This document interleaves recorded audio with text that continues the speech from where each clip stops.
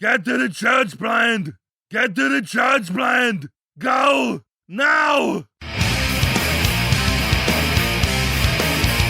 I'm Pete Mitchell, and he's Peyton Jones, and you're listening to Hardcore Church Planning, the companion podcast to the Church Planner Podcast and Church Planner Magazine. Each week, we'll bring you interviews from planners who are in the trenches making it happen right now.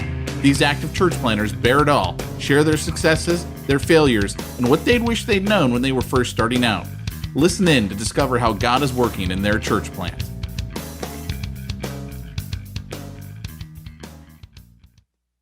Hey, Church Planner, this is Pete Mitchell. And this is Peyton Jones. And you are here today for Hardcore Church Planning. And Peyton, since we don't get to have any smack talk on Hardcore Church Planning, why don't you go ahead and introduce our guest? All right, but can I sing a bit? Because, you know, we got a musician on here. So here you go. Here's my. You can scat. Be good. Oh, I can't do that. I wish I could Scooby-Doo, but, because you're not hardcore. Unless you plant hardcore, right? That's so, just gotta throw it out there.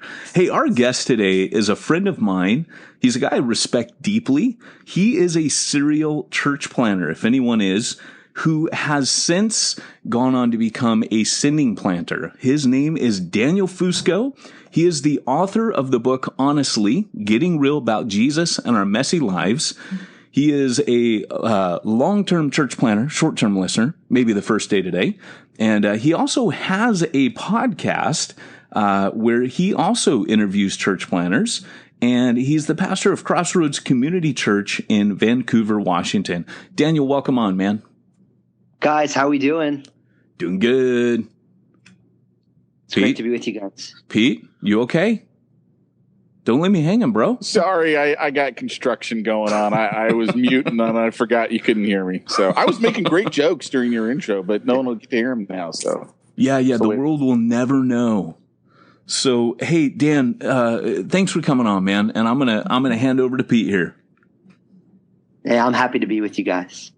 I almost totally forgot what I was supposed to do, Peyton, man. It's been so long since we've done a hardcore. Well, Daniel, one of the first things we always like to do when we start out is, since a lot of our audience may or may not know you, we'd like for you to tell everyone your story of how you came to faith and how you got started in church planning. Absolutely. So I grew up in a super loud, oppressively loving, all Italian family. I grew up in New Jersey, but everyone came out of New York. So all those kind of stereotypes of like the big, loud, obnoxious Italian family, that was my family. And so we kind of grew up, I like to say spiritually nominal. I mean, we were kind of culturally Catholic, kind of realistically agnostic. And I was just kind of a wild kid. I mean, totally loved. My parents were amazing, great family, but didn't know Jesus at all. And, got into playing music when I was in high school, kind of the same old story, the kind of the sex, drugs, and rock and roll, which over time made its way into sex, drugs, and jazz, improvised music. And what happened for me was when I was in college, I started taking classes on, I wanted to get in the religions of the Eastern world because, of course, when you grow up nominally Catholic, the last thing you really want to hear about is anything about Jesus. And so, but they ended up sticking me in religions of the Western world. And I remember the professor was a reverend doctor. He was actually now I would be able to say that he was, I knew he was part of the Jesus seminar on trying to figure out what Jesus really did and didn't say. And he was he worked so hard to make sure nobody believed in Jesus. And for someone who didn't believe in Jesus, I thought that was kind of curious because, why does this guy care so much that we don't really believe in Jesus when he's supposed to be a pastor or reverend or whatever? So a number of things were going on, and I had two friends who'd given their lives to Jesus, and my mother had also gotten sick with terminal cancer. And through all those things and a lot of reading of a lot of different religions, I finally got challenged to read the teachings of Jesus. And when I did, this was in my very last month of college. Jesus met me in a really powerful way, and I became a follower of Jesus. I turned to Jesus, and to fast forward, I was pursuing a career in music, and I felt called into the ministry, and I went from being a professional bass player, both electric and upright bass, to being like a pastoral intern, and then I became like a a youth leader, and then I became a youth pastor, and then I became an assistant pastor. And my pastor, I'll never forget, God started really stirring my heart to go back to New Brunswick, New Jersey, to plant a church where I'd gone to college at Rutgers University. And I remember I said, Lord, I don't want to get involved in like making this happen. So Lord, if this is you, you got to have my pastor come talk to me about that. And about a week later, we were having Chinese food, and my pastor said to me, Daniel, I just love you as my assistant pastor. And, I wish we could do this forever this way, but, you're called to preach. And do you want to either plant a church, or do you want me to try and find a church for you to be able to take over? And I kind of sat there kind of stunned and just kind of played with my low main, and I just said, no, I think I'm supposed to go back to New Jersey. At this time I was in the San Francisco Bay Area. I'm like, I think I'm supposed to go back to New Jersey and plant a church. And I kind of laid out, he got to give me vision statements and things I was going to try and do. And he just said, yeah, let me pray about it, and I'll let you know. And he came back to me a week later, and he said God spoke to him that I was supposed to go plant a church. And that's how I ended up being involved in church planting in the first place. Wow, that's awesome. Yeah, that's really cool, man. And your sitting pastor was a guy named Joe Foch, isn't that right? Well, no, I was actually at Calvary Chapel Marin with his name is John Henry Corcoran. So he's not there anymore. He's been in Calvary Costa Mesa now again for the last about 10 years. And so he was my sending pastor. Oh, very cool. You know what? This is kind of a weird connection. I used to go speak at Calvary Marin under the pastor before John Henry. So, oh, funny. really? Yeah, very funny. Little world, huh? That's right. So, Daniel, it's really interesting because you wrote this book, honestly, getting real about Jesus in our messy lives. And it actually, a lot of this comes out of your journey, doesn't it? I mean, you say in the book, there are two universal truths for every person who has ever walked this planet. Life is messy. Jesus is real. Tell us a little bit about the book. So the book I wanted to write, it's not specifically for church planning, but it has, everything ties over for me. And so in the ministry, as a church planner, every church planner knows, man, church planning is messy.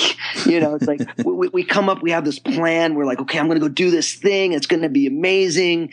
And then the first service, everything goes wrong, and I remember as a young church planner, I just I had coming up as a pastor, I got so much affirmation from the people of God about the gifts that God had placed in my life. And I remember just being like, okay, I'm going to go to New Jersey. We're going to take this hill. It's going to be crazy. There's going to be hundreds of people there. And that never happened really, Yeah. And then you go and it's like your Christmas service, and your sound guy bells, and your worship leader ate too much on the day before Christmas Eve, and the PowerPoint's busted, and so it's like, oh yeah, great, Christmas, great, and so I wanted to write the book as kind of a hopeful call to people to say that we don't want to divorce Jesus from the messes of our lives, but we want to see him working in and through the messes of our lives to form himself in us and through us into the world. Because I think I just noticed so much as a pastor that people want to say when anything good happens, they praise God. And when anything bad happens, they blame the devil. And don't get me wrong, it's like the devil does a bunch of stuff. But Jesus, the cross was the messiest thing that ever happened in history, and God redeemed it and brought glory out of it. And so I wanted to help not only the people here at Crossroads and the people that I know and who I get to minister to, but people across the board to be able to see Jesus as working grace and peace in the midst of the mess. And so that's why I wrote it. And it's been really encouraging. I've gotten so much beautiful feedback. The negative feedback I get actually makes me happy because people say it's so conversational. I don't want to write a book that only you need to be in church for a certain amount of time to understand. I wanted to write a normal book for normal people about God's amazing grace. And so I wrote it conversationally. Yeah. I wrote it with bad English for a writer, but I wanted it to be be real and authentic to who I am. Yeah, it's how people talk, isn't it? The great thing about this book, and one of the reasons I thought this would be great for church planners in particular, is exactly the premise that my train, and exactly the premise that, this is real life, man. Jesus is for real life. We hear a lot with, non-believers that they'll say, oh, it's fantasy, it's pie in the sky. And you really come against that in the book, and you really say, no, Jesus is for real life. And in knowing you over the years and watching you in your ministry, particularly, up at Crossroads and when you were a church planter in the Bay Area, you really have a heart for evangelism. How did your heart for evangelism shape how you wrote this? And how does it really shape how you reach people in Crossroads community? Yeah. So like for me, it shapes everything. And, I don't feel like a natural evangelist. Like I feel like I do evangelism out of obedience more than out of gifting. Yeah. But just my upbringing, the fact that like I didn't come to know Jesus until I was 21, and except for two friends who gave their life to Jesus and a random professor who challenged me to read the New Testament, like I never heard the gospel. And so when I came to know Jesus, like it started to dawn on me, like how did I make it 21 years and I never actually heard the gospel? And then I started looking around, and I'm looking at as a young, brand new believer. I have dreads and a beard, and so I don't look like your normal churchgoer. And I would go into these churches, and the way people reacted to me was like, "Oh yeah, you're like a blemish on our love feast," Yeah. And so I started to realize that the reason Christianity is in decline in America, even though church planting has become very popular in the recent decades, is that most church plants are just you're just shuffling believers, and churches are being planted just to kind of be a better version of this other church that used to be cool and isn't cool anymore. And so for me, it was like, well, the old story, it's like rather than fishing in the pond that's already, every fish has got 9 hooks in their mouth and they've been filleted in 50 different ways. Like, let's just go out deep sea fishing and try and reach lost people, right. And so, and I think that message that life is messy, like lost people get that, and when believers are willing to be authentically messy, lost people know that life is messy because they're experiencing life. And when believers are willing to say, my life is messy too. And here's the ways that it's messy, but Jesus is real in the midst of the mess. And then all of a sudden non-believers are like, oh, so they're just like me too, except Jesus. And then because of that authenticity, because oftentimes like our world hates hypocrisy. And when believers want to put on like that kind of shiny, happy church people persona, and then it comes out that, oh yeah, these people are, that they're just like us. They have money problems and they don't get along with each other and all these things. Then it pushes people farther away. But when we're willing to say, listen, life is messy, but Jesus is at work in the midst of the mess, and he's leveraging the mess to bring beautiful things into the world. And that's the hope of the gospel message, is that he said, in the world, you're going to have tribulation, but be of good cheer. I've overcome the world. So he didn't say, listen, I've overcome the world. So, life's going to be everything you ever wanted to be. Your 5-year plan's going to work out perfectly, So, Yeah. So for me, it has huge evangelistic implications. And what we find up here, like I'm in Vancouver, Washington, right outside of Portland, Oregon. I mean, statistically people say, oh man, it's, Portland's the most liberal city, and every city is hard, but for me, by being real and doing the ministry here at Crossroads in a way that is authentically real, and we're not afraid to talk about where things are messy and where things aren't going the way we want it to, but God, but Jesus, it just opens up so many doors for us to be able to connect with people that people aren't trying to connect with right now. Yeah, I think that's really powerful, man. The fact that you're saying that, being authentic about the problems in your life, that, hey, we got marriage issues. Hey, I got days where I find it tough to get motivated. Hey, I got, life sucks sometimes. And finding that as an evangelistic tool, I think that's a really powerful point. Because I think in the Bible, we see that, right? We see that in, where the Bible talks about trials, sure, but particularly in the Old Testament, the more poetic books, and where, we see like the poetry of the Psalms, and yet he's expressing his heart. Now, I want to ask you something. You're quite a jazz musician, and jazz kind of plays a little bit of a theme in your book. Go ahead and talk about that a bit, your background and how you see jazz as kind of a bit of a connect between what you're saying. Yeah. So, it was funny because like as a bass player, I was playing electric bass growing up, playing in rock bands, and then we got into playing, more in punk bands, and then got started playing more, more progressive stuff. As you start getting technically more proficient, you want to challenge yourself. So we were playing some, all this music we couldn't play, and I picked up an upright bass in college, and I'll never forget it because I had this upright. I saw a guy playing funk music on an upright. I'm like, oh, that's cool, like I want to do that, and so I got one, and really quickly I'm like, I'm out of my league right now. This is a big machine, and I don't know how to use it.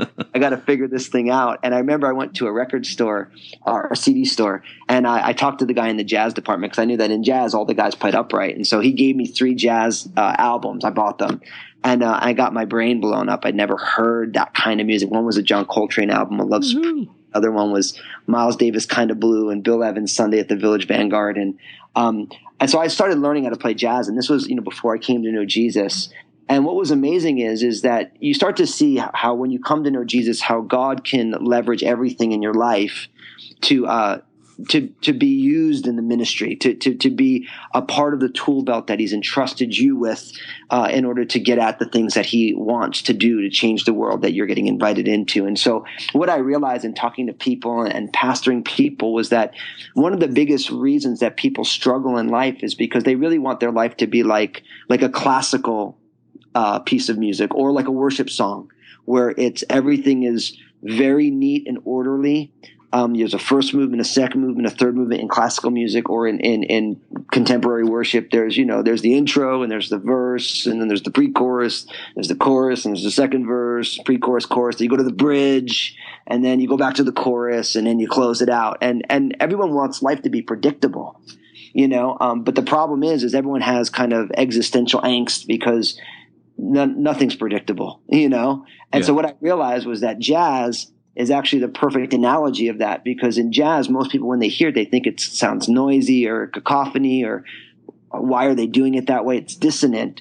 But what you realize when you learn how to play this music that we call jazz, there's a song that's playing underneath all the improvisation that's happening. And there's an interaction that's going on, not only in the midst with the song, but in the midst of the musicians. And what I started to realize was that life is a lot more like jazz than it's like a contemporary worship song. And the key is we have to learn how to embrace the mess, embrace the cacophony, embrace the dissonances, but also realize that there's a song playing. And that's why I say life is messy, but Jesus is real. And one of the things I get in the book is that the song of the Lord is a psalm of love. You know what I mean? It's God's love for us. That's why Jesus came and died and rose again. We repent when we surrender to God's love, And one of the things that we have to do as pastors and as church planners and as ministers is we need to help people understand kind of the rhythms of God's grace in the midst of all this tension and dissonance and lack of resolution on things, but to be able to see, man, there's a song of love that Jesus, by the Spirit, is shouting out. And our churches should be places that not only embrace that, but also champion helping people to exegete the song that is going on underneath all of the mess. Right. Interesting that you had said earlier that church planning is messy, just like life. Kind of going back to your days where you were planning in the Bay Area, and I know you planted 3 churches. What was the hardest thing for you as a church planner? So there was a number of things. So I planted 3 churches. I did one in New Brunswick, New Jersey, and then I did one in Mill Valley, California, and then one in San Francisco in the Marina District, the north end of San Francisco. When I look back on that, because now I've been up here at Crossroads for about 4.5 years. I can't believe it's been that long, and we've sent out a number of church planners. I'm sure we'll talk about that as well.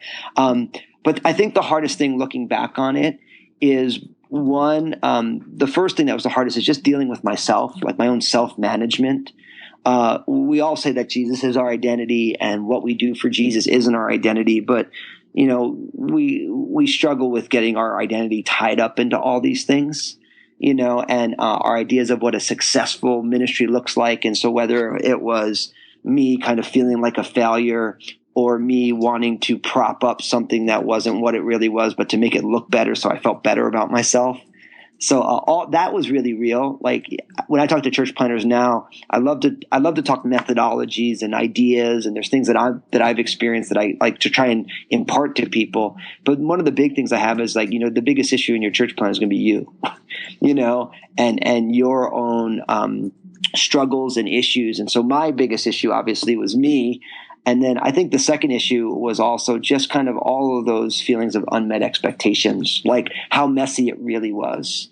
And I look back on it, I have such great memories. And like when we send church planners out, or when I talk to a guy who's planning a church, I always say the same thing. I'm like, man, I just wish I could go with you, Yeah. because there's nothing more exhilarating and terrifying and exciting than, leaving everything that's all dialed in and going into the great unknown on an adventure with Jesus, So when we send guys out, I'm like, I just wish I almost want to put you the pastor Crossroads. I'm going to go plant that church, But there's so many unmet expectations along the way, whether it's just with people or circumstances, and just, again, just how do we navigate the messiness of what it really is. I heard a pastor one time said that, and I've repeated it many times, that when God calls you to plant a church, he invites you to come and die. Yeah. Like he just wants to kill you. You know what I mean? Like he loves you enough to kill you.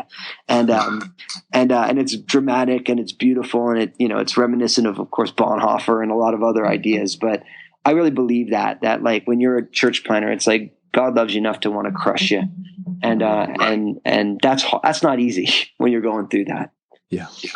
Daniel, let me ask you a question about the music side of things. I mean, I loved hearing that you play the upright bass, because to me, that's like one of the greatest instruments.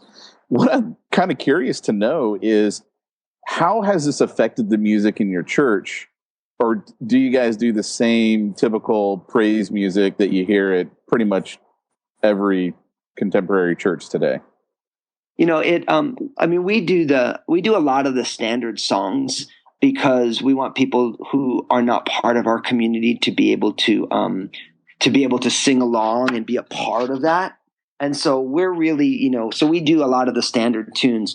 But I mean, here at Crossroads, we write a lot of music. We have lots of kind of improvised parts of our worship where it's like we'll have a song that we'll be doing, and if the worship leader wants to break into another chorus, like we'll just go there as a band. Now, I don't play every Sunday, so not everyone has the same kind of musical background, but our creative arts pastor, he also has a background in jazz as well. And so, and we have a studio at our church, so we, and like a really nice one.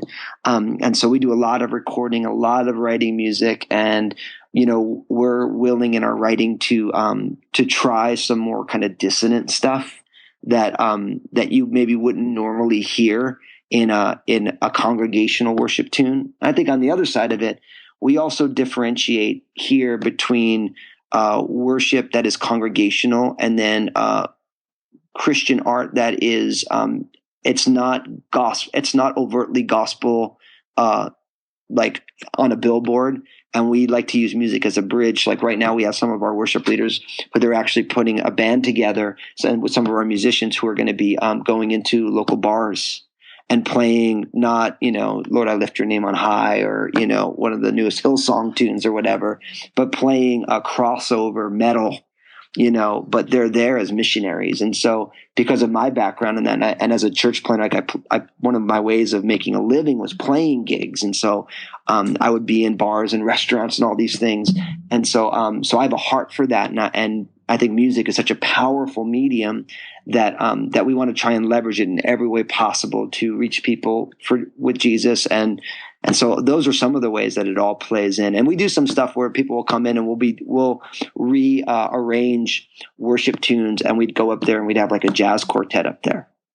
That's cool, man. And what's really cool is I love hearing kind of like the church planner heart in you, leading a bigger church and being a sender. What are some of you mentioned that you've sent people out. Tell us what's going on at Crossroads, what's going on in church planning.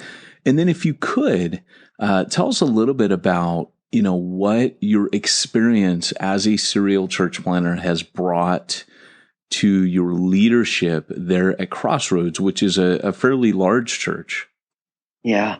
So I think to take the last question first, what I realized, so Crossroads was a church planted in 1975. I mean, it was 1,000 people at the end of the first year, like kind of your first generation megachurch, and kind of the tip of the spear of evangelicalism in Clark County, Washington, just over the Columbia River from Portland. And then over time, our founding pastor, I mean, God used him in powerful ways.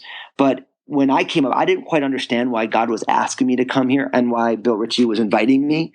It didn't make a whole lot of sense. I've been doing church planning. And what I realized was that in a really large church, it's like it was ready to light up again. It just needed a spark.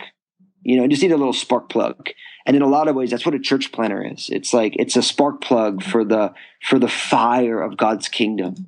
And so what I realized was I came up and I just needed to remind everybody as a church planner, because like when you're planning a church, you have to be you have to focus on outreach and evangelism, or else you're just going to preach the Bible to your wife and your kids. So you have to like reach lost people. And so I just came up and I was able to say, look, this church is amazing. It's got history. It's a very large church, but there's way more people out there than there are in here. And we exist to go reach them for Jesus, And so for me, that church planner mentality, like we just turned every ministry outward. We went through the hard times of inviting people with their small groups to leave campus because they've been on our campus for 20 years. And not just telling them that they needed to leave the what, but telling them why, because you need to reproduce yourself spiritually. And by sitting on our campus, you're getting built up, but now we're over the getting built up part. We're just getting kind of spiritually flabby, and so I came in with that kind of a mentality. And I think so much of what God has done, because I mean, Crossroads has grown just in extraordinary ways. I mean, our transition was unique in that we only grew through transition and just growing like gangbusters because everything is pushing outward, and it's like, I never owned a building as a church planter. So it was always, we're going to do this thing in the park. Hey, we're going to do this thing over here. And so I had all these ways of, plus we didn't have any money to do things as a church planter. So it's like, we're going to do all these things in all these unique environments and we're going to meet people. And so when you take that same mentality into a very large church, all of a sudden it's like, now it's not, hey, it's me and 30 people trying to do this. Now it's like, man, there's me and thousands of people who are doing this. And so that's been really super exciting, that kind of that apostolic, entrepreneurial church planner thing in a very large church context. It's unreal because you have the resources of people and who just want to do it with you. And so I'm always telling church planners, I'm like, look, if you can become a part of a really large church, well, they'll give you some latitude to be apostolic. You can do a lot. And so that's been my experience, where now I see, I'm like, wow. And so for us, because I'm a church planter, right away, I just told all our staff, I'm like, we're going to grow God's kingdom. And if we grow God's kingdom, Crossroads is going to be just fine. So unlike a lot of really large churches, if someone on staff says, hey, I want to go plant a church, the old story that the mega church pastor just fires them. Like the youth pastor wants to plant a church, tells the pastor fires them. So I do the opposite of that. So when someone comes on our staff, especially our pastoral staff, and they say, I believe I want to plant a church, then we pray about it. And if we believe God is confirming that, then we bring them before the congregation. We tell everybody what we're doing. We invite people to go and join them and be part of their launch team. And so it's a completely different kind of a thing that we're trying to do. And so we planted 2 churches officially. And one church, I didn't really believe the guy should have gone, but he went anyway.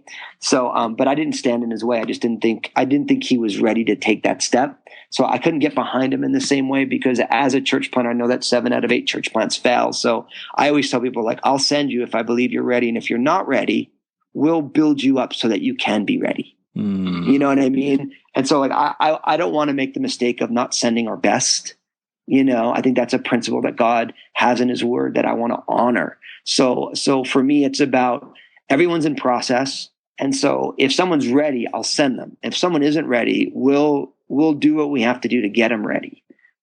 So now what we're doing here at Crossroads, so we've sent out 2 official church plants, one in our community and one to another state, and one unofficial one, which happened in our community as well. So I didn't stand against it. I just told them, I can't get behind this. the way that I would normally, because I don't think you're ready, you know? And so now what we're doing is we're going to start launching campuses as well as church plants. So like, I always say that I don't ever want a false dichotomy is false. So I'm not going to buy it. You know, I'm just going to do both. So like, we'll plant autonomous churches in our community and we'll do campuses, and we'll start, our campus that we're expecting to launch is going to be next year. 2017 will be our first campus that we'll be launching. We also developed a pastoral apprentice track for people who are serving in our ministry who have pastoral giftings, where we'll be able to take them on staff and be able to disciple them from a staff position, with the idea that these will be church planters or campus pastors, future pastors. And so that's something that's going on. And another thing I'm really excited about is the ways we're starting to dream about how we can do church planting via our internet campus. Like for us, we have on a Sunday when on our internet campus, we have about 3,000 people who are watching our services live, and about 85% of them are local to us. So it's part of our congregation who aren't at our building, you know. But we have pockets of people now who are gathering together, and because they live in an area where there's not a church like ours or whatever. And so now we're starting to figure out how do we leverage that to see churches get planted as part of our network. It doesn't have to be like like I don't care about being on a video. I think it's kind of, I'd rather raise up preachers than have me on a video. But in the interim step, we're dreaming through what does it look like to launch what could potentially be hundreds of churches.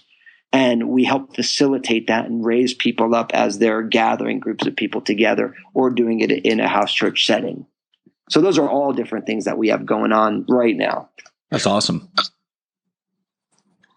Well, hey, Daniel, one of the final questions that we always like to ask on this podcast, in fact, it's the one question that everyone sticks around for just so they can wait and hear, is this. If you were to get into a physical fist fight with Brian Broderson, who would win?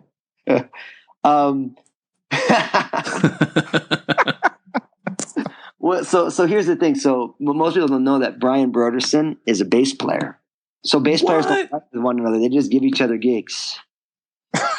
He's a bass player? He's a bass player. You could ask way. him. It's awesome. Ask him.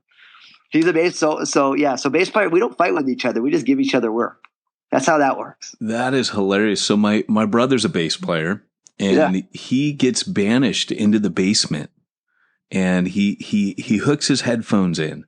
And he does this when he travels too. He goes to hotels and he just parties all night on his bass. You know, puts his headphones in and boom, boom, boom, boom, boom. So that's cool, man. I did not know Broderson was a bass player. Yeah. So it's funny. So, we wouldn't be fighting. We'd just be, we'd both be on different gigs. There's an old story bass players tell that a kid gets a bass and he's taking the bass and his dad says, hey, where are you going with that bass? He's like, I got a lesson. He's like, okay, have a good lesson, son. And then the next day he's got his bass and dad's like, hey, you going for a lesson? He's like, no, I got a gig. Because no one wants to be the bass player, So bass players barely see each other. We're always working, I dig it, man. I dig it. I didn't know that was the most exciting question of the thing, but I kind of like it. We ask it every time. We've had not always Brian Broderson. I mean, we try to match people. There's always somebody, right? Always somebody. So I think I can't remember who we made fight Billy Graham. Oh, it was Don Overstreet. Yeah, but we did give him the option. I think it was like Billy Graham 1975 or something like that. Like we had here in there. Yeah. We had, when we get guys like Hugh Halter or Michael Frost, we make them fight Derwin Gray, because, who's going to fight Derwin Gray, who right? We have fight Philip Yancey. Who do we have him fight? Oh, that was funny. I can't remember who he fought. We've had other people fight Philip since we've had him on, though. So, everybody's kind of equally matched. But, normally the church planners, they like to talk a little smack. So, and that's cool because Broderson's been on here, and I can't remember who we had him fight. It might have been Chuck. I can't remember, but it might have been Chuck circa 1975 as well.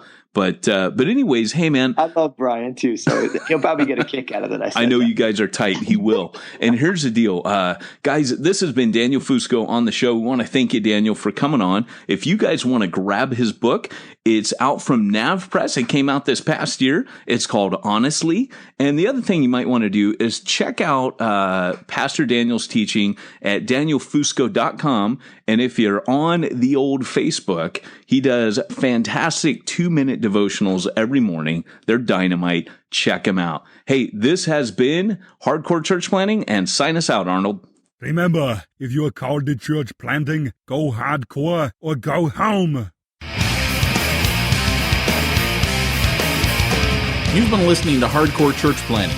Hardcore Church Planting has been brought to you by the Church Planter Podcast and the Church Planter Magazine, which is available in the App Store for both Apple and Android devices. If you like this episode, leave us a positive review. If you didn't like this episode, we'll be happy to give you your money back.